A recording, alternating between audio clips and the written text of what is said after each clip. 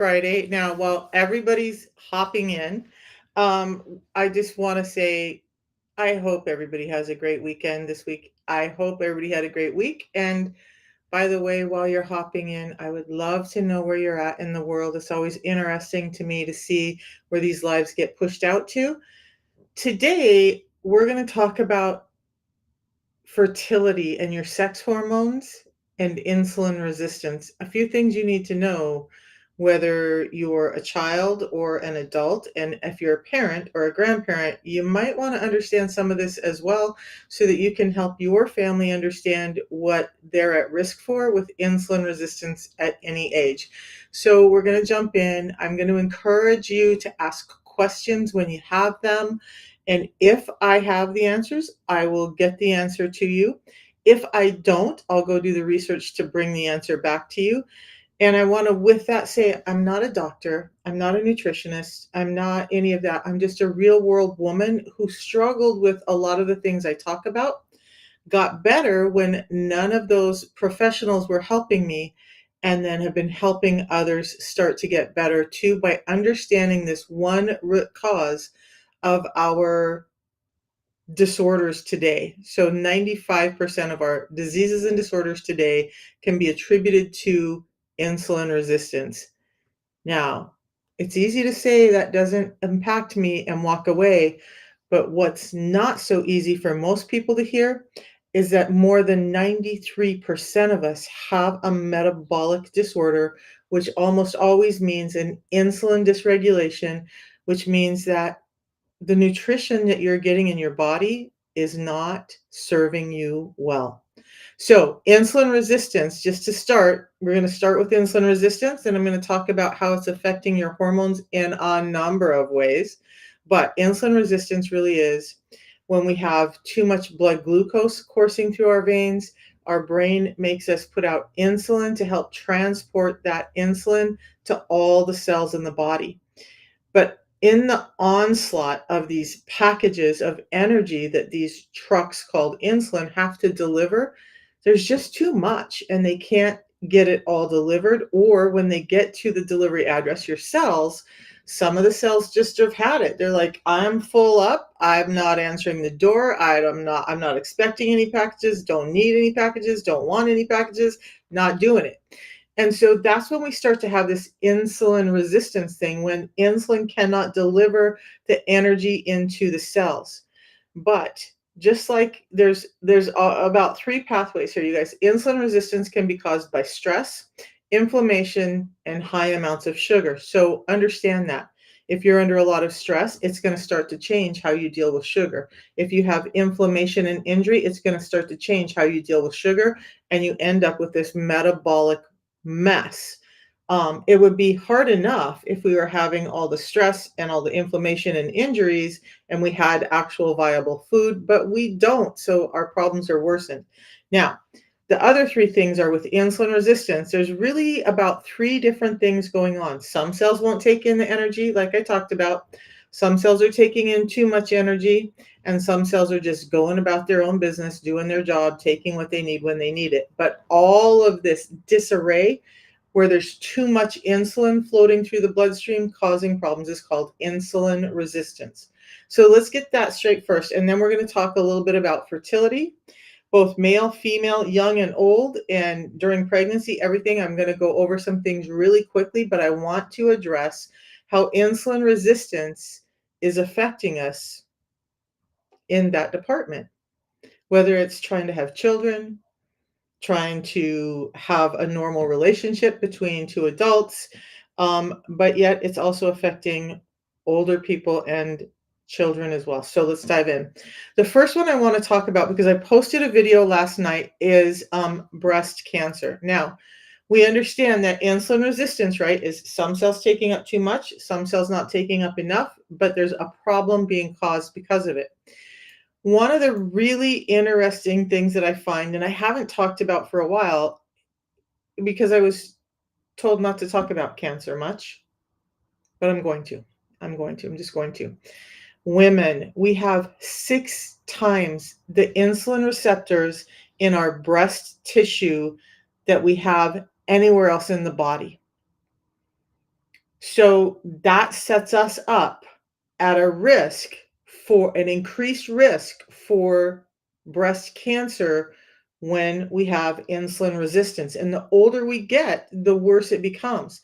So, what's really happening here is that these elevated insulin levels can promote breast cancer growth by stimulating breast cancer cell duplication and survival, by enhancing tumor cell migration and invasion, and by the stimulation of angiogenesis. So, those are all big words. Just know that if you have an insulin dysregulation problem and you're a woman with breasts, you're at an increased risk for getting breast cancer, especially as you get older and your hormones are changing even more, but they're under the rule of this tyrant called insulin, because insulin becomes a dictator, a tyrant, when it's out of control.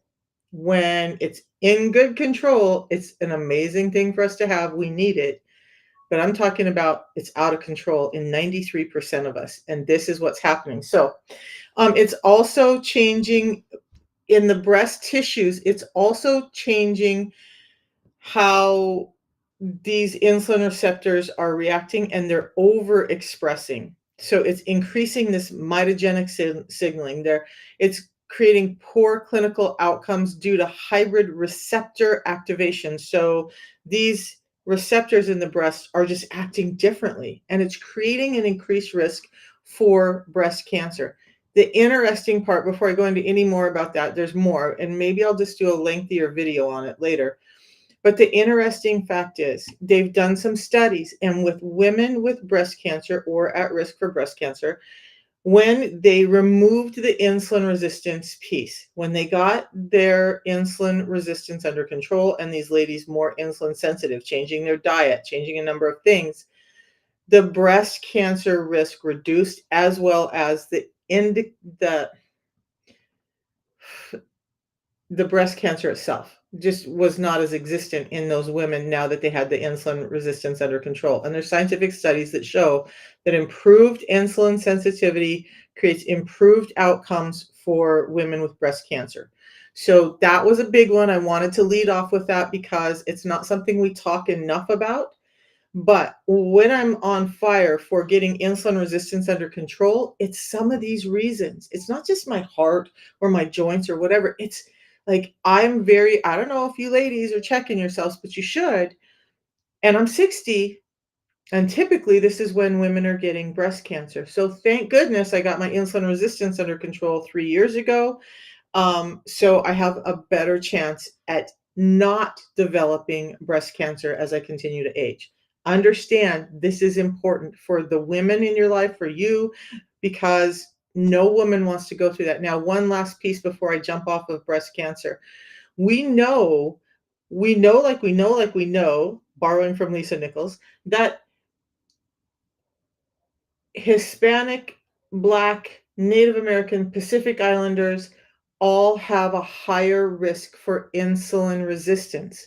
With that, Black women tend to have more insulin receptors in their breast tissue, and they become insulin resistant much quicker, putting them at a higher, even higher risk for breast cancer. So, if you are a melanated person or know someone that is, and you think that they have insulin resistance, maybe do them the favor of letting them understand that this is so much more than high blood sugars. It's so much more than all of that. So let's talk about the rest of this. Now we're going to jump back. We started with breasts. We're going to kind of continue on with breasts. Now, in pregnancy, what a lot of people don't understand is that a woman becomes slightly to overly insulin resistant in her pregnancy. Now, if she was on the tipping edge of insulin resistance before pregnancy, she may be developing gestational diabetes, where she's diabetic while she's pregnant, because the insulin is so out of control in her body that it's creating this situation. And that's very dangerous both to the mom and the baby. But why are women insulin resistant when they're pregnant? Well, because you have this thing called a baby inside of you that's feeding from a placenta that's giving it its nutrients, and the woman's body takes second chair to the baby.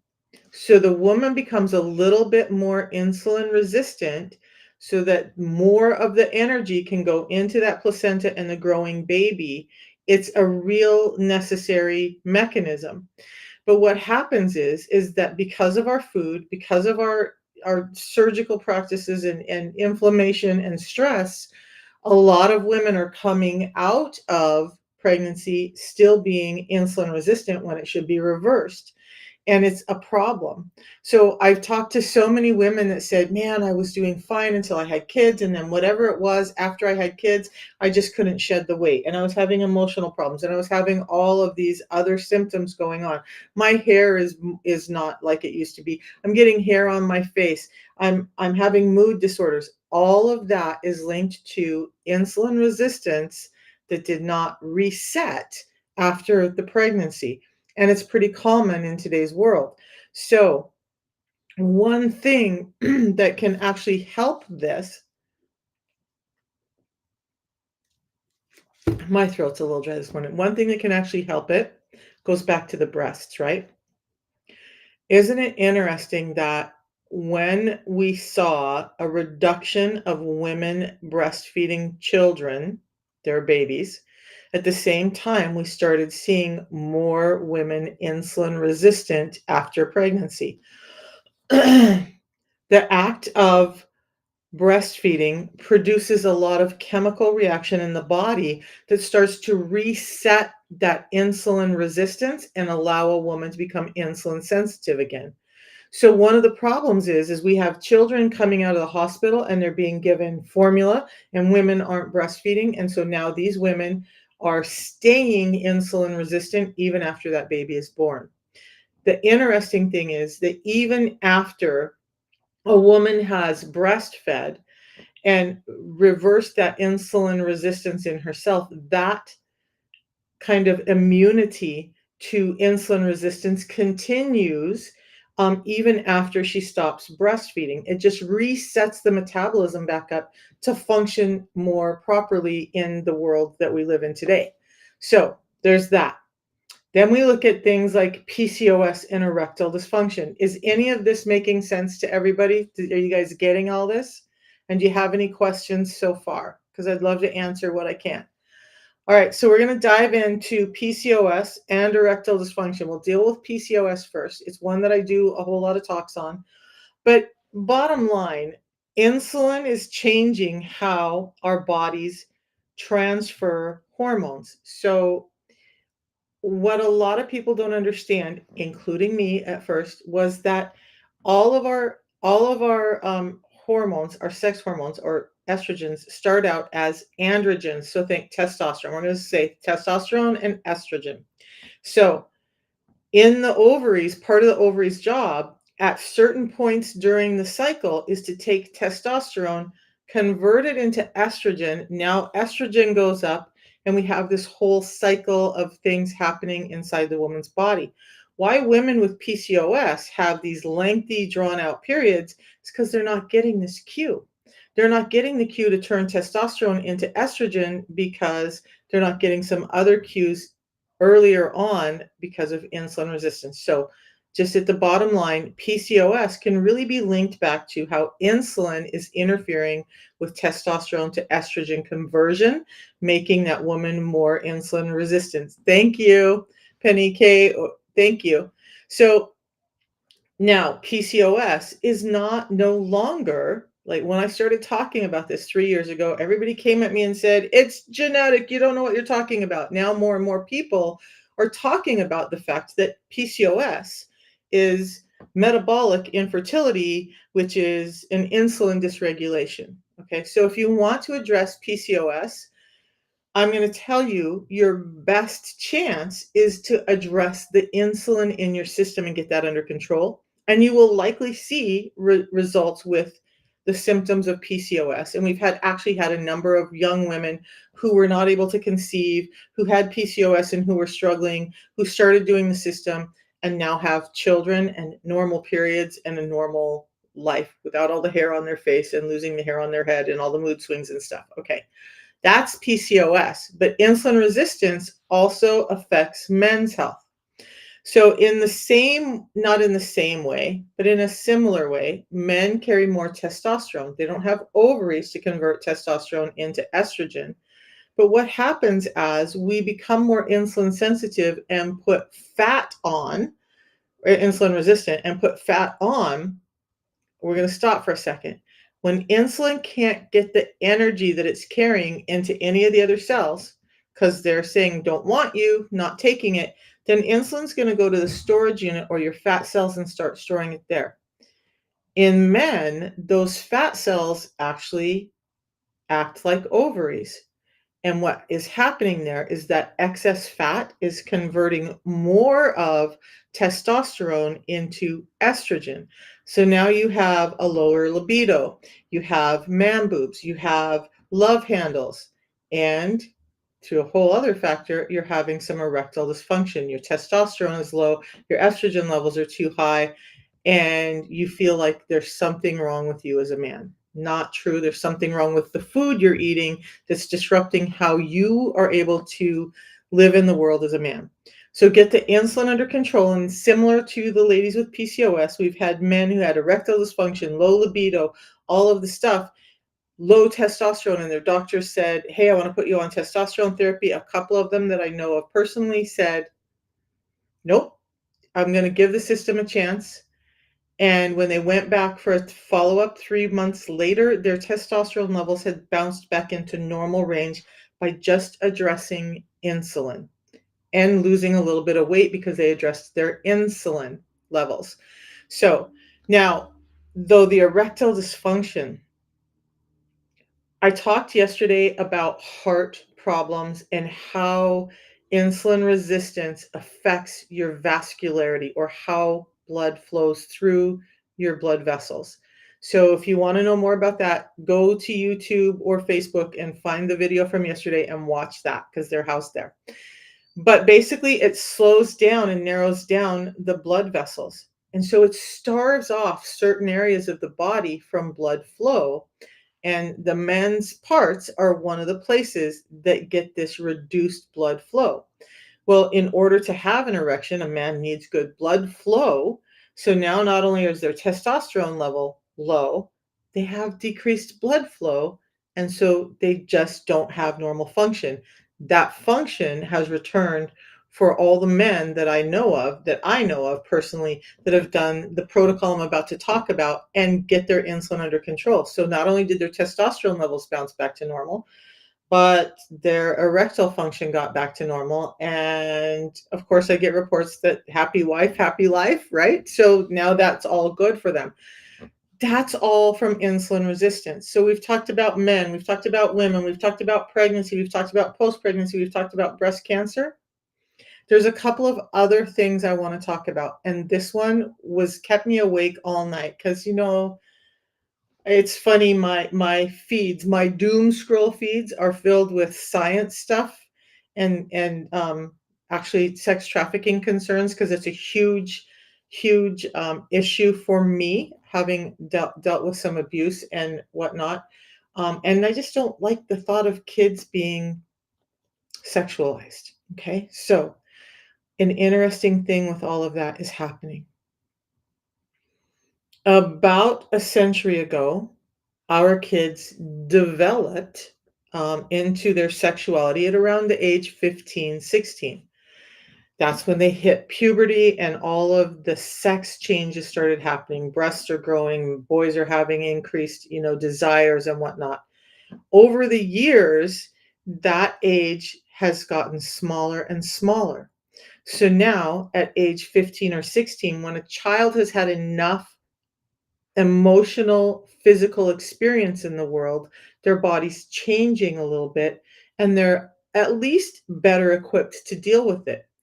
But over the years, every few decades, this number has been tested to show younger and younger ages. First, it was 12 years old. And then a few years later, their report was 10 years old. And the last report that I saw said the average child is going through puberty at about age 8. So what we have is a child who is in no way ready for all of these feelings and urges and functions and hormonal changes in their body. Mentally, they're not ready, but their body's going through this change because of insulin resistance, changing all of the hormones in their body. So they may be starting to have breasts at a younger and younger age. And we see girls who look older and older at a younger and younger age. We see boys who have more aggression and sexual desires at a younger age. And all of this can actually be linked back to insulin resistance and how it's changing how our kids develop. So even if you are like, it doesn't affect me, at least care enough about your kids to understand that you're putting a whole lot of risk on your kids by not addressing their insulin resistance than if you would just deal with it. Let the kids be kids. Let them deal with all the little stuff they have to deal with and not worry about this. But beyond the sexual changes that are happening for kids at a younger and younger age that they're not mentally capable of dealing with, when insulin resistance takes control, now they're growing too quickly. Because remember, insulin is a growth hormone, and a lot of functions in the children's body, like growth plates that need to close so they have healthy joints, that's not given enough time. And so now we have kids who are having joint problems, who are having non-alcoholic fatty liver disease, and a number of other issues because we're giving them fruit juice all the time. And fruit juice is just fructose unwrapped from the protective layer of fiber that they need to be able to protect their bodies from it happening. So, fruit juice. I love fruits. I think they're healthy for you. I think there's a lot of good benefits. I am not an advocate for fruit juice because all you've done is broken down the fiber and take it away. The pulp goes away, right? That's all the fiber. And now what you have is this basically syrup of fructose with some vitamins and minerals in it that when you drink it goes directly to your liver because your liver is the only place that can deal with fructose, and so it's getting stored in your liver, it's overworking your liver, it's creating more fat in your liver, and now we're seeing children as young as 6 years old with non-alcoholic fatty liver disease, and they are leading to the fact that a lot of this is driven by the high amounts of fruit juice, smoothies, and broken down foods that we're eating or feeding to our kids in an effort to be healthy, but we're destroying their health. So kids are just as affected as well. On the other end of the spectrum, we have, I'm not going to talk about men today because it's not my specialty. This is whatever. But menopausal women, we already have hormonal changes happening. Insulin resistance, there's two things here, and I rarely talk about the second one, but once in a while. So insulin resistance builds as we get older and older and older, right? We start to become more and more insulin resistant. So heart starts suffering, liver starts suffering, we start having weight gain, we start having thyroid problems, we start having other sex hormone problems, all because of the interference with insulin. But in menopause, when our hormones are already dropping, insulin is interfering with that. And so it can exacerbate the symptoms of menopause. I can't tell you how many women have posted on my video saying, yeah, these are all just menopause symptoms. Well, what if a lot of menopause symptoms happen to be insulin resistance symptoms and we're just lumping them into menopause because it seems to happen around the same age for many women? But if you get like, I don't have night sweats anymore. I used to have them all the time. I don't have night sweats anymore because my insulin level is under control. A lot of the issues I was suffering with menopause have gone away. Not all of them, but many of them, as I got my insulin under control. So, women, you're older, you need to pay attention to your insulin resistance. There's so many things. Your bone density is going down, your fat mass is going up, you're losing muscle, your hormones are changed. Why not give your body the best fighting chance by getting your insulin under control? Now, there was something else I was going to mention with menopause and insulin resistance. Oh, that's right. amylase, because I said there's two things, right? I always talk about insulin. But it was interesting to me in doing all of this studies and learning more about all this stuff that there is an enzyme that's created when we chew called amylase, and it breaks down our sugar. Now, when we're children, we want a lot of amylase because we want that carbohydrate to be broken down into usable energy, because those kids hopefully are using up a lot of energy in their little bodies. Hopefully they're active and moving, and their bodies are growing and all of that. So they need that.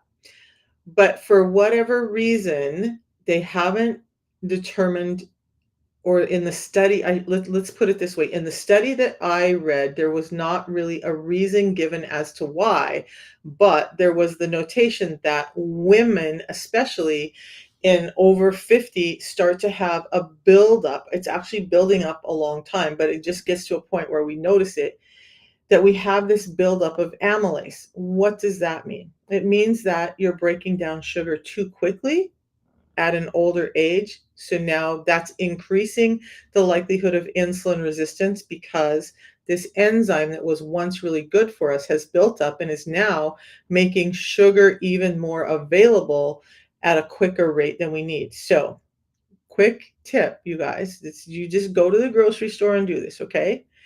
One of the things that helps reduce amylase and allow you to have better sugar metabolism is navy beans. Not any other bean, just navy beans have a component in them that helps neutralize some of that amylase. So maybe think about adding a quarter a cup, a half a cup of navy beans to a meal about 4 times a week, and help yourself with that buildup of amylase and start to reverse how quickly sugar is hitting your bloodstream. It's going to help your insulin resistance as well as the protocol we're about to talk about now. So, any questions on all the fertility stuff yet, you guys? That was a lot, and I just kind of went over it all rapid fire. If there's any one of those things that you want me to do a longer video on, explain a little bit more, I'm more than happy to. Just message me or type in here what you want me to go over more. Now, the protocol that I talk about actually is developed to help with insulin resistance, and that's why I talk about insulin resistance all the time, because in my own life, I realized that just addressing this one thing took care of a majority, almost all of my health issues.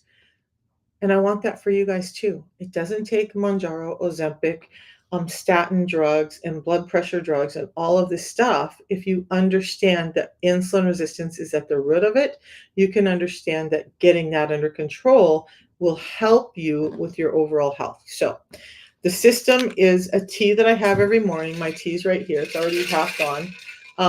And then I have another one in the afternoon, and then I have a pre-meal drink before I eat anything. It's not meal replacements. It's not a bunch of pills that you're taking. It's 2 drinks that I have at 3 points during the day.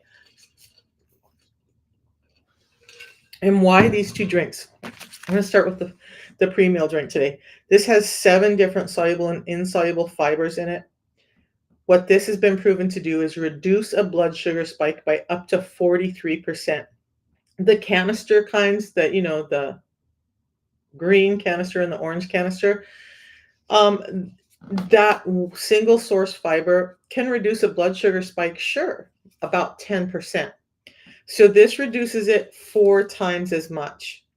So if I'm going to be taking fiber before my meal, I want one that has vitamins and minerals that are helping support my metabolism, that give me good prebiotics to feed my probiotics in my gut, that give me phytosterols for heart health, that helps reduce my blood sugar spike, that helps reduce my cholesterol load, and just gives me back a better health. Now, this also helps soothe my very acidic gut, so I use it for that. I would rather have this than a couple of Tums any day, because it's building gut health, and this is very personal. This is not a pooping fiber. This is a blood sugar regulation drink. So it's helping us slow down how much blood sugar or sugar hits our bloodstream. But it definitely has changed my uncontrolled IBS. So now I still have a little bit of IBS, but more often than not, I'm regular and not having the urgency problems that I was having before because I drink this before every meal. That helps reduce the blood sugar spikes. It's gotten rid of edema, neuropathy, all of that. Vitamins, minerals, phytosterols that are all combined, scientifically designed to help reduce a blood sugar spike.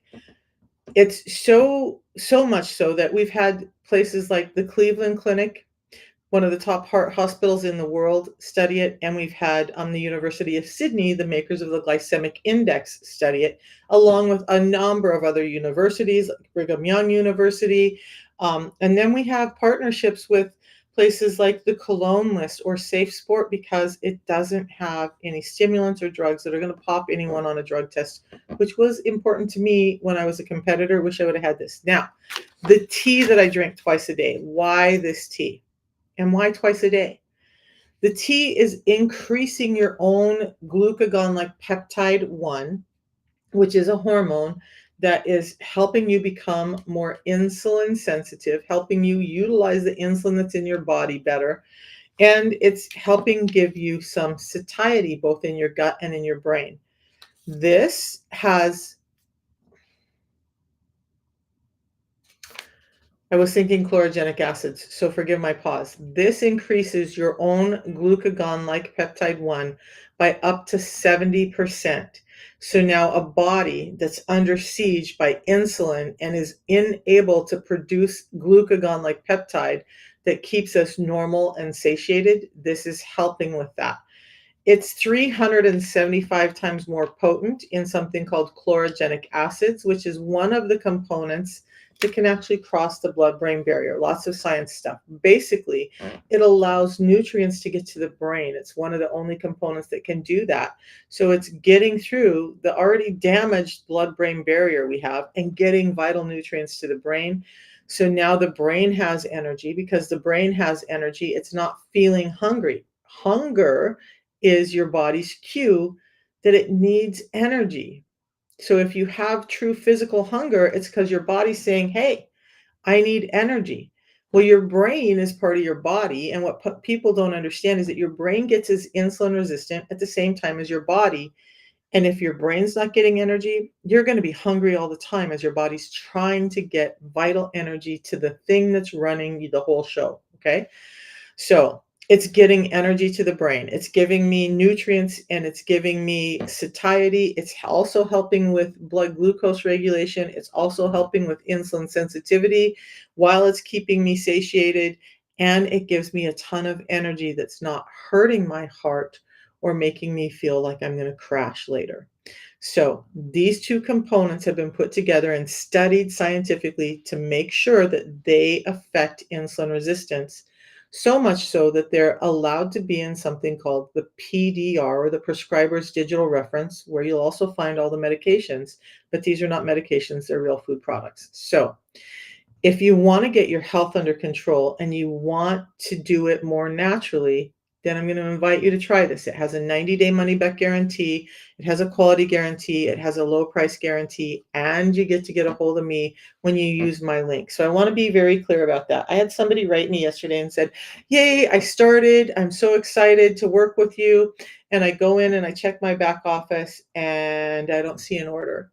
So she ordered, don't know where she ordered because she hasn't answered. But if you're not ordering through my link, then I'm not the one that's helping you. So if you want me to help you to be able to understand and answer some of these questions, not a physician, but I can certainly help open your eyes to some things that you might want to do or not do, then you've got to use that link, you guys. If you're buying from Amazon or eBay, you're paying more and then you're not getting any of the guarantees and you're not getting coaching by me. If you use someone else's link, you're not getting all the stuff from me that the people who order from me get. Okay. So use the link. You'll find the products there. If you have questions, there's a website listed there that will kind of go over my story a little bit and gives you more information on the products themselves. There's also a way to get a hold of me if you have questions and you just need to chat for a minute. I'm down for that. You guys, I want you guys to feel better, and that's the whole goal. So that's where you're going to find it. I hope you all have a great weekend. I will come back Monday and we'll talk about something. I don't know what, unless somebody has questions or somebody calls over the weekend and I'm like, you know what, we need to talk about this. But if you guys want me to cover something, message me and say, hey, Misha, I'm a little confused. I'd like to know about this. I'll go do the research and bring you back the answers. Okay. So have a great weekend. Thanks, you guys, for hanging out with me. Thanks for spending time. And we will see you Monday. Have a good weekend.